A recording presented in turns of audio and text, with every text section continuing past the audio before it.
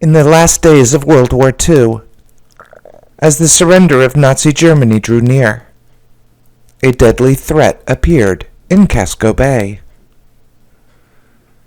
What took place is an epic story of courage and determination that has become one of the most enduring and dramatic of our stories from Maine.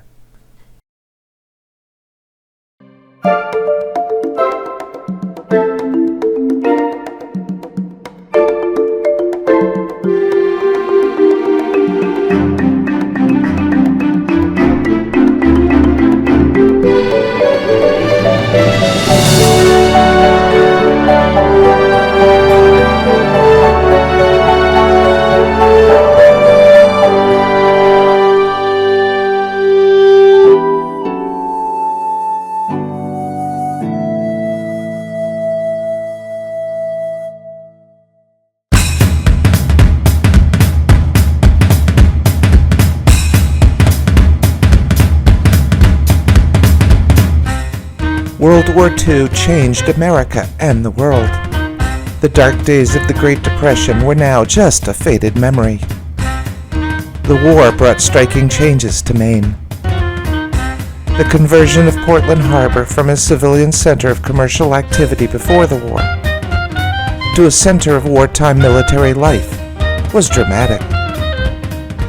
Portland Harbor became a massive major naval port during the war. The United States Navy had taken over much of the islands and wharves in Casco Bay. Hundreds of private homes and businesses were taken over and razed to make room. Nearly 75,000 had called Portland home during the war. 266 American Liberty ships were built and turned out into Portland Harbor. Approximately 30,000 had worked in the shipyards,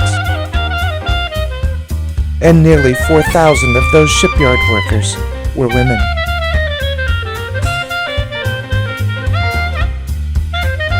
Everything in Portland was alive. Even the nightlife was larger than life.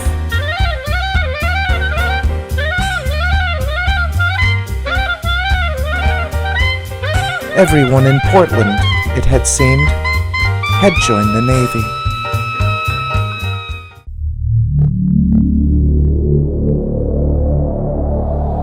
In April of 1945, World War II in Europe was in its last days, and victory was close at hand.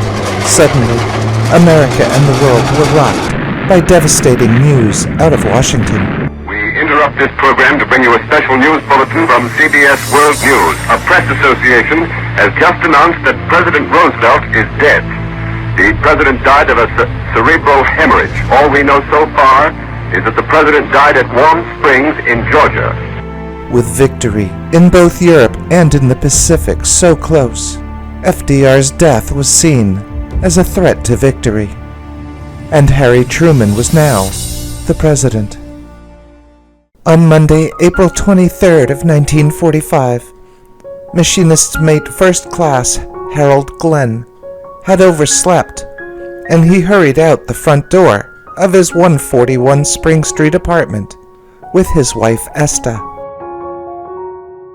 The two had only been married for a little over a year and a half, and they enjoyed living in Portland. Harold hurriedly kissed Esta and ran to catch the city bus to the Grand Trunk docks where his ship was berthed. It would be the last time they would see each other. In Brockton, Massachusetts, Ivor Westerland was also running late. He kissed his wife and 4 children and ran to catch the bus bound for Portland. Though Seaman First Class James Cunningham hailed from Tennessee, he had joined the Navy at the start of the war. He was the only African-American crew member rushing to the dock, and he had a bad feeling about this mission. John Luttrell, Harold Peterson, and John Breeze, as well as Lieutenant John Scagnelli, also rushed to the docks to board their boat. Since June of 1944, the USS Eagle 56, a patrol escort and subchaser, a leftover from World War I, had been attached to the Brunswick Naval Air Station and was assigned to Portland Harbor. With her crew of 62 officers and crewmen, she was there to protect everything. By 8:15 that morning, the full complement of officers and crew of the USS Eagle were aboard. Eagle navigated through the mined entrance to Portland Harbor and headed out to Casco Bay, towing a target for a day of training exercises just 3 miles off the shores of Cape Elizabeth, with aircraft out of the Brunswick Naval Air Station.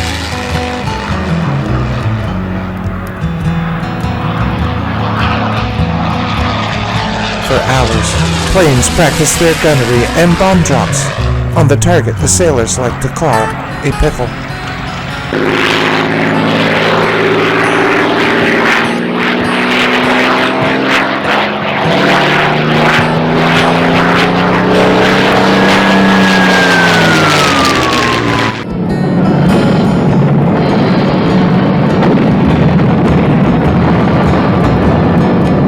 After hours of practice, the planes returned to the Naval Air Station in Brunswick.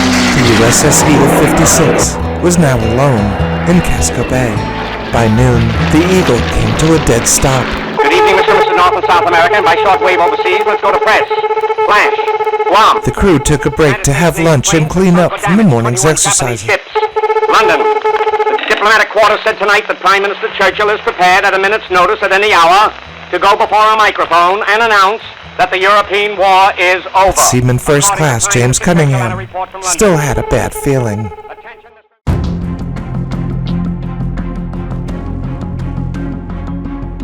Silently, German submarine U-853 ascended from the murky bottom and came to periscope depth.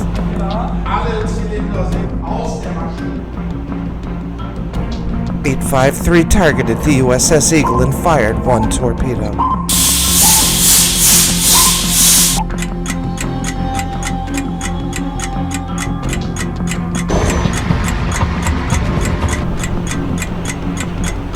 Quickly, the torpedo struck the USS Eagle amidships and split the vessel in two.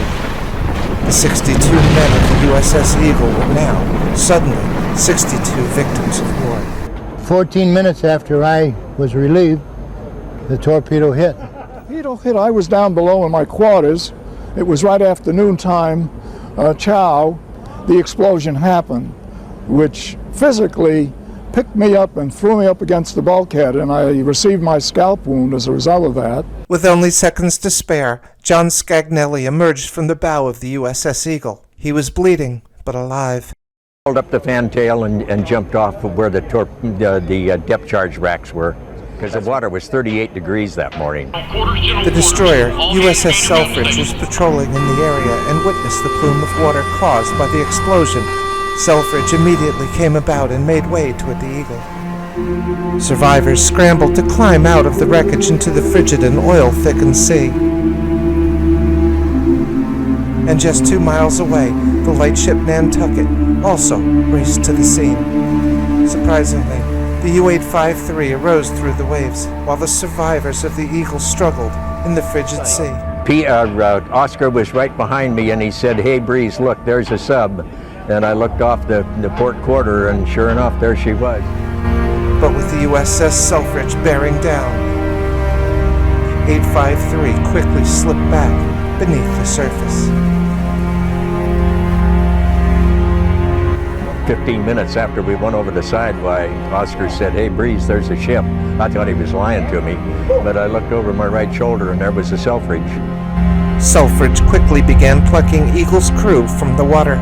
Then, the Selfridge picked up a sonar contact and turned to commence attack. The Selfridge pursued the U-853 and began dropping depth charges.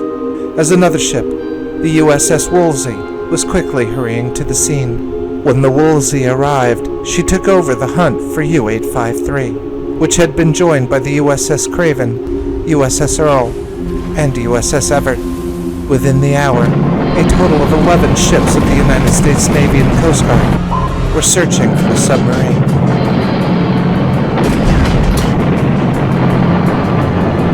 Yet, despite their best efforts, U-853 had slipped away. The lightship Nantucket picked the last survivor, Harold Peterson, from the frigid water. The Selfridge and Nantucket both made their way into Portland Harbor to deliver Eagle's crew to the Grand Trunk facilities. 47 men went down with the Eagle. Only 2 of the dead were recovered, but 13 of Eagle's crew of 62 had survived. But the hunt for a killer had begun. While the 13 survivors of the USS Eagle 56 were recovering at the Portland Naval Infirmary, the families of the survivors were learning of the Eagle's demise. That evening, the Westerland family received a telegram notifying them that Ivor was missing in action. Phyllis prayed that a mistake had been made.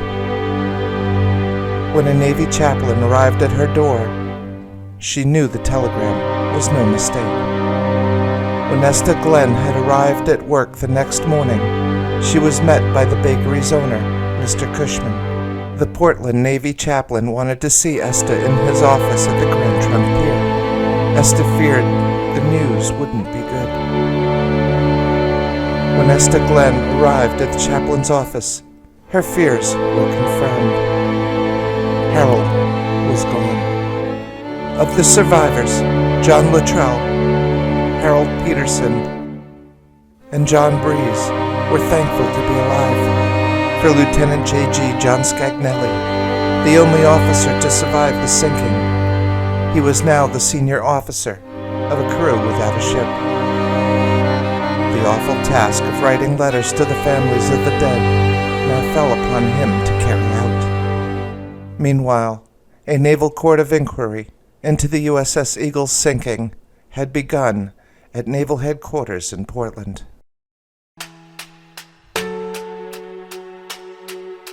However, the U-853 was still lurking in Maine waters, and she was detected near Monhegan Island.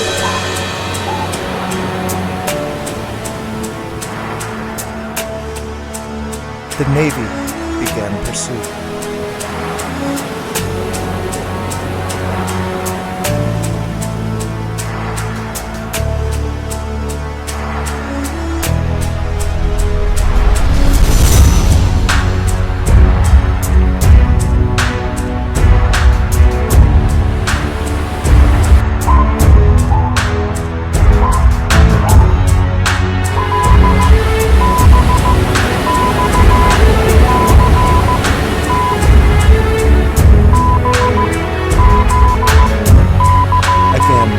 Depth charges and hedgehog attacks were deployed.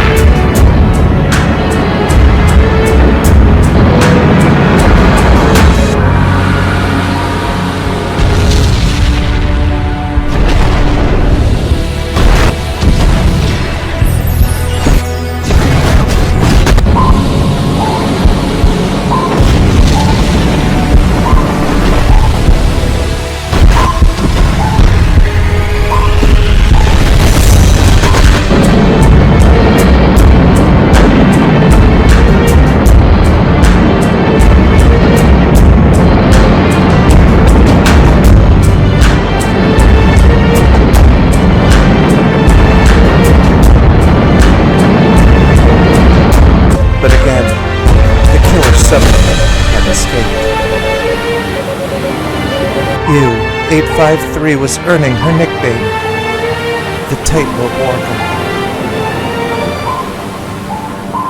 But the men of the United States Navy called her the elusive Moby Dick.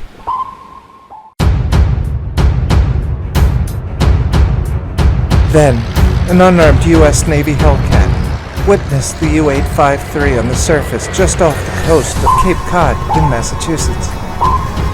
Yet, the sub once again slipped away. Exactly 1 week after the sinking of the USS Eagle 56, Hitler had committed suicide, while Germany was on her knees and surrendering.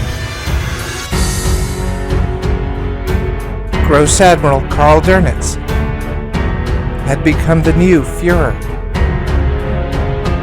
and with the German surrender imminent, ordered all Kriegsmarine in the Atlantic to cease operations and return to base. But U-853 was not ready to quit, and she was spotted just off the coast of Block Island by an aircrew out of Quonset Point Naval Air Station in Rhode Island. He says there's this German submarine there just east of Montauk Point, Long Island. And I looked out and there it was. German submarine on the surface. All we had was gasoline in our tank, no weapons, so we couldn't go after the sub. The tightrope walker escaped again.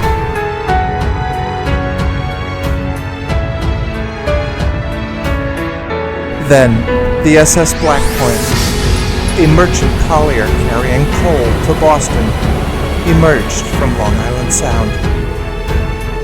She had a crew of 46 men, 5 of which, including the captain, were men from Maine. And U-853 was waiting for her just off the Point Judith coast.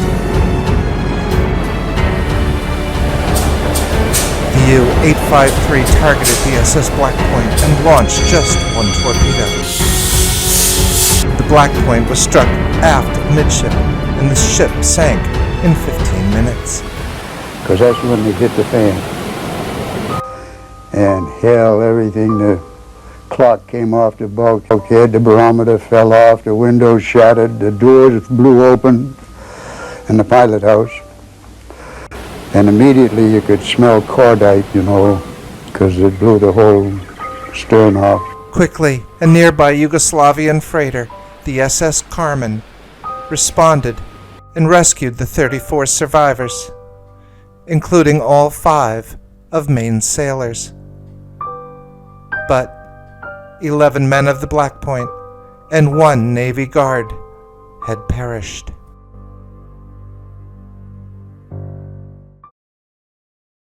By 7:20 p.m., United States Coast Guard and United States Navy warships were now hunting the rogue submarine. 15 warships, numerous planes from Quonset Point, and 2 naval blimps from New Jersey joined in the search. For nearly 17 hours, the hunt was relentless. Depth charges and hedgehog attacks were merciless.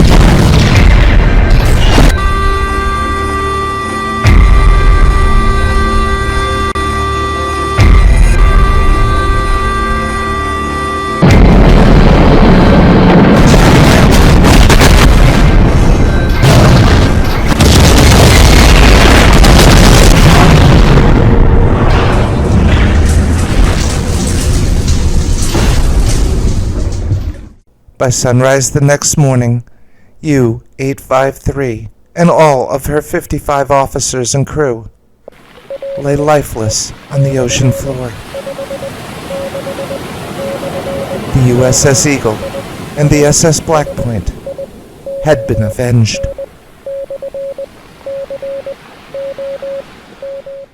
2 days later, just over 2 weeks since the USS Eagle 56 had been destroyed in Casco Bay, Germany surrendered.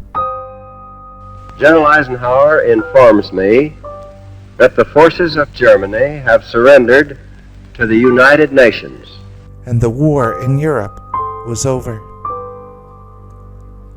Too late for the men of the Eagle or the SS Black Point.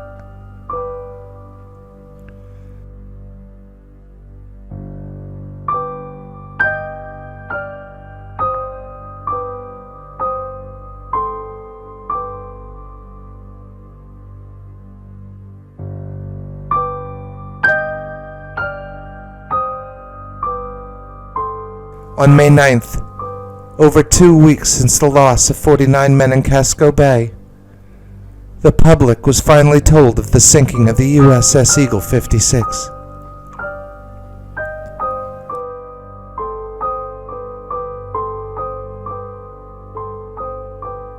In Portland, the investigation by the Naval Board of Inquiry into the sinking of the USS Eagle 56 was complete. These men always knew in their heart, and John Breeze testified at the Court of Inquiry subsequent to the events that he saw a submarine broach the surface, as did 7 other survivors that day. That testimony was completely set aside by the convening authority, and they came to a completely inconsistent finding of a boiler explosion. The USS Eagle and her crew were denied just credit. The survivors would have to accept blame for the boiler explosion. I knew it was not a boiler explosion. They didn't accept that.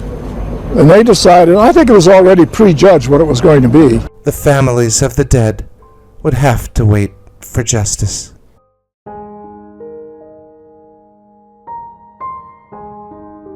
"53 years later, in Brockton, Massachusetts, Paul Lawton, a lawyer and naval historian, began looking into the sinking of the USS Eagle 56.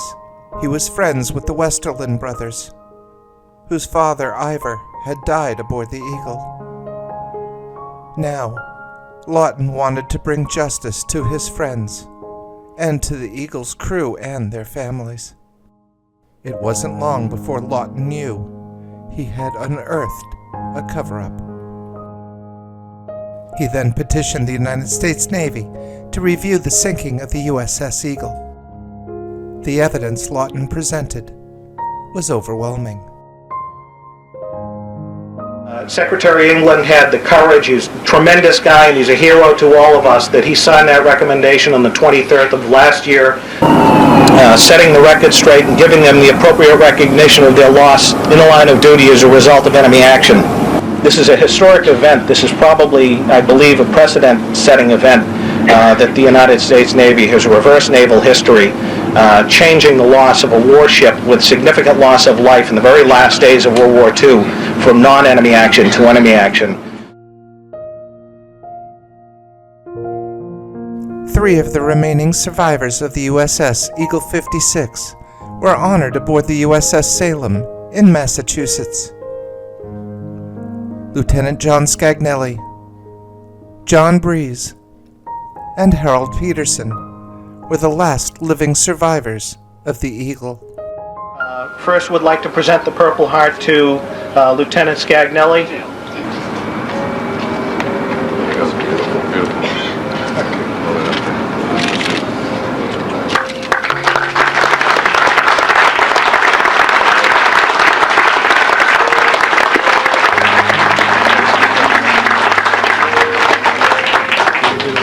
Now to Harold Peterson.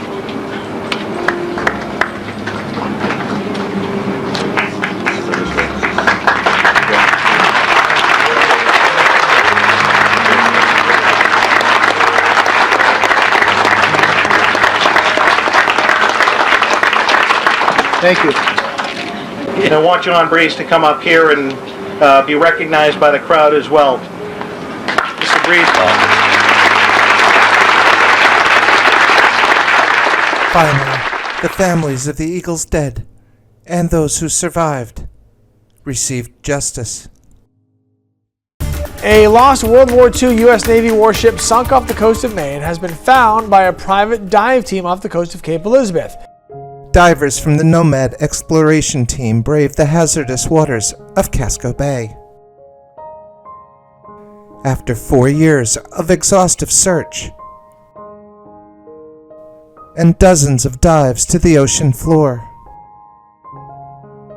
these men had finally found the USS Eagle 56.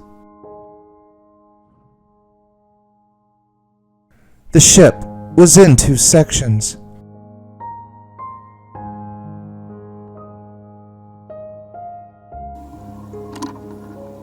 You get down there, you're swimming along, and you're this mud bottom, and then all of a sudden you see this giant wall of steel. And so that wall of steel, you head up, you start swimming up, you see that, and then you start to see the gun and the other machinery, and you realize that you've got a shipwreck. Then, despite the dangers of unexploded depth charges still on the Eagle's stern, divers located both of Eagle's boilers. So we finally found the boilers, and they're intact. So this past summer we went down, we started swimming along, we found some wreckage, followed the trail, found these 2 intact boilers that look like you could just lift them up, put them in the ship, and we'd be ready to go again. Conclusive evidence. The Portland Board of Inquiry had it wrong.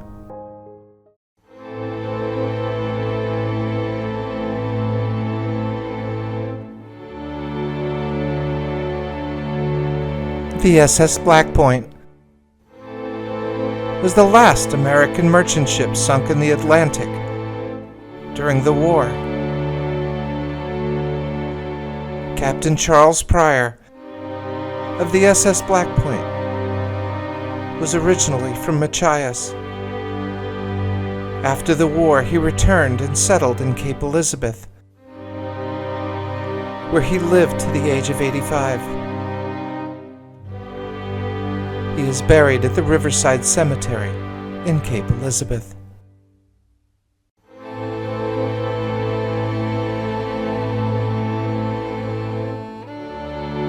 In the last days of the war with Germany, the U-853 became the last German submarine sunk in the Battle of the Atlantic during World War II.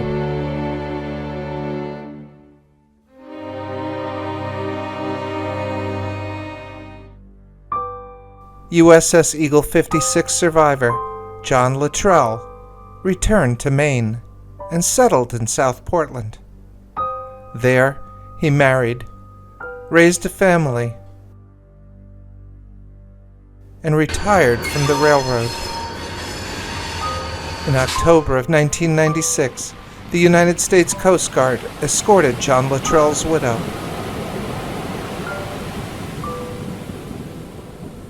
to the last known location of the USS Eagle 56. His ashes were scattered over the wreck site. It was Luttrell's last wish to be reunited with his crewmates.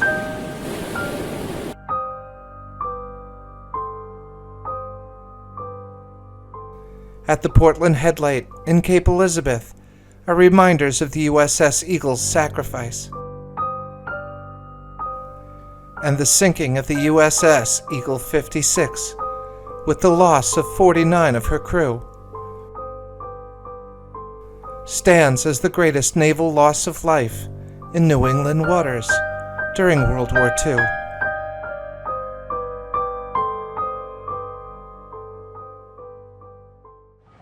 It is my sad duty as the senior surviving officer of the USS Eagle, and with deep sympathies to all the families that are here and who are not here but are here in spirit,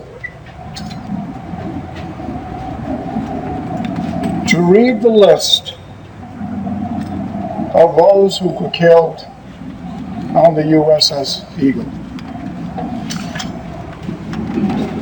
Commander of the Eagle, Lieutenant James G. Early. Lieutenant John R. Lawback.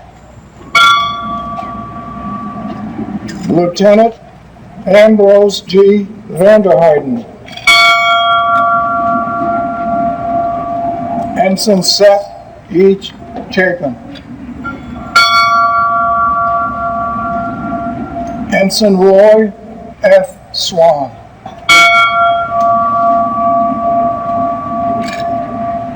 John Joseph Alexander. James Orville Brown. Robert Gurnett Coleman. Percy Collins. James Oliver Cunningham. Robert Lee Davies. Joseph Patrick Geegan. Tyrell Samuel Glenn. Walter Wren Gallup. John Rodriguez Gonzalez. Arthur Albert Grosh. William Lloyd Harden. James Paul Johnson. Norris Wilbur Jones. Robert Valjean Kessler. Paul Jaron Knott. Joseph Andrew Wagon. Maurice Joseph Manning. Edward Frederick Mathis. Joseph Howard McKenzie. John Charles Merck. Frederick Michelson. William B. Morgan. George William Nugent. Zuck Chesley Phelps. Christopher Columbus Phillips. Jasper Davis Pulley. Virgil Quinn Jr. Harold Ralph Rodman.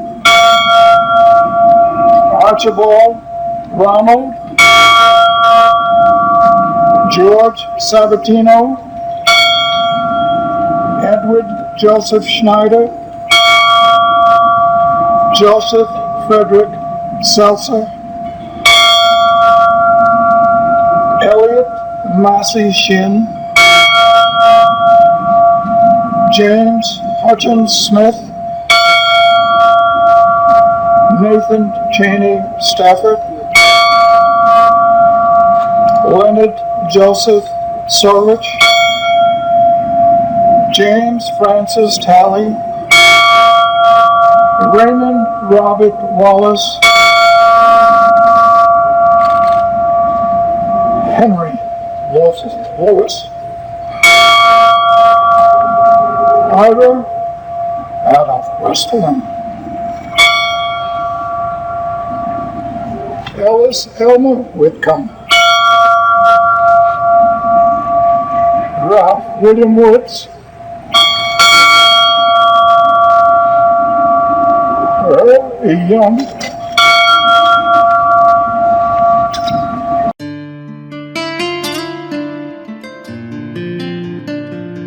Maine singers and songwriters Stanley Keach and Jeff Tripp, who often create songs about Maine's history, and were both inspired by the story of the sinking of the USS Eagle 56, collaborated to create an original song to commemorate this epic story, which stands as one of the most courageous and long-enduring of our Stories from Maine. Let's try this.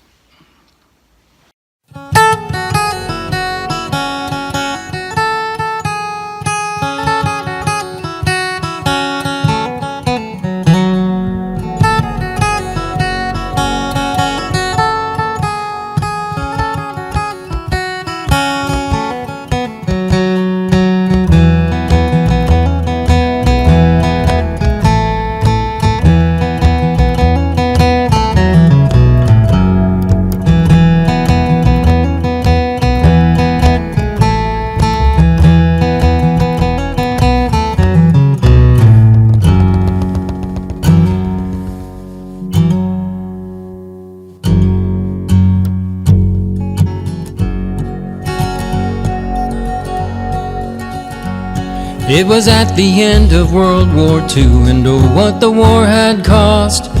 Hitler had only a week to live. For the Germans, the war was lost.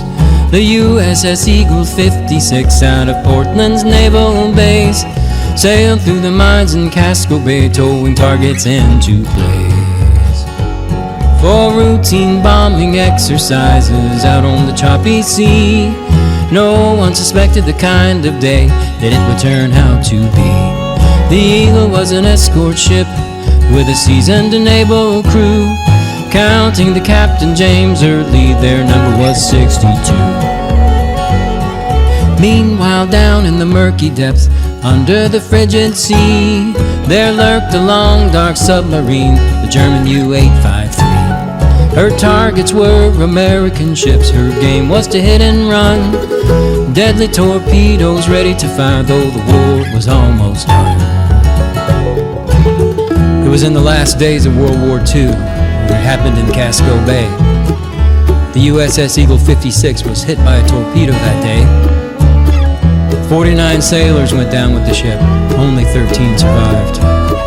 Sunk by the U-853, and lucky to be alive. It happened on April 23rd in 1945. Somehow my father made it out. Lucky to be alive. My father's name, it was John Breeze, a first-class machinist mate, in the boiler room with one more man when the Eagle met her fate. A sudden explosion rocked the ship. It split the vessel in two. "We've been torpedoed," my father yelled. Up the ladder both men flew. Somehow they made it to the stern. From the fantail there they leaped into frigid waters, measuring only Fahrenheit 38. Some 4x4 wooden beams afloat, flotsam from the ship, then saved 13 survivors, so cold they could hardly grip. Some died when the ship blew up, but many dove into the waves. Most of them lost their strength and sank before they could be saved. Then a few hundred yards away, rising up out of the sea, came a long dark German submarine, the U-853. Just then on the horizon, and racing toward the scene, a U.S. destroyer posed a threat to the German submarine. Quickly the U-853 had dived beneath the sea, leaving sailors riding in the tide in 38 degrees. It was in the last days of World War II, and it happened in Casco Bay. The USS Eagle 56 was hit by a torpedo that day. 49 sailors went down with the ship, only 13 survived. Sunk by the U-853 and lucky to be alive. It happened on April 23rd, 1945. Somehow my father made it out, lucky to be alive.